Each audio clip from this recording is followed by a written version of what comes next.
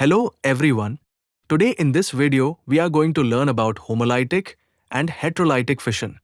But before starting with bond fission, firstly let's see about covalent bond. So covalent bond form होता कैसे है? A covalent bond is formed when two atoms share electrons to complete their valence shells. Means जब दो atoms एक दूसरे के साथ electron share करते हैं to complete their valence shells, तो कोवेलेंट बॉन्ड फॉर्म होता है. Here you can see in first example, जहां पर दो हाइड्रोजन एक दूसरे के साथ इलेक्ट्रॉन्स शेयर कर रहे हैं. In second example also chlorine के इलेक्ट्रॉन्स एक दूसरे के साथ इलेक्ट्रॉन शेयर कर रहे हैं. ड्यू टू दैट क्लोरीन्स के बीच में बॉन्ड फॉर्मेशन हो रहा है. Now let's see about bond fission. As we see जब दो एटम्स या ग्रुप्स के बीच में इक्वल शेयरिंग ऑफ इलेक्ट्रॉन होती है तो कोवेलेंट बॉन्ड फॉर्म होता है और इसी कोवेलेंट बॉन्ड की ब्रेकिंग को हम फिशन बोलते हैं. बॉन्ड फिशन को ही बॉन्ड क्लीवेज या फिर ब्रेकिंग ऑफ कोवेलेंट बॉन्ड भी कहते हैं.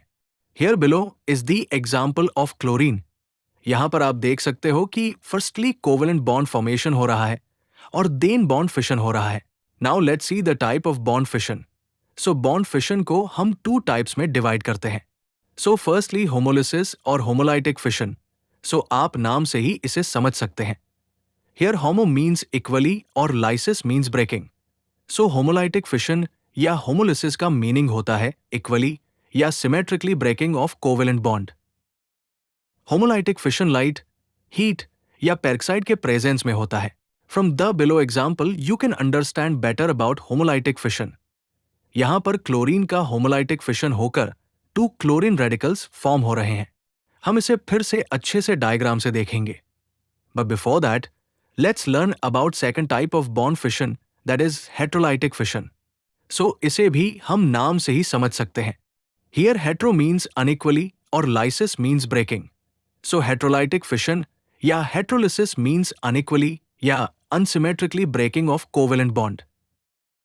Generally, ऐसे atoms जिनके बीच का electronegativity difference बहुत ज्यादा होता है, they undergo heterolytic fission. It is favored by liquid state of reactants, absence of peroxide, polar solvents like acids, base या water, inductive effect और electrometric effect. अब ये सा क्यों होगा?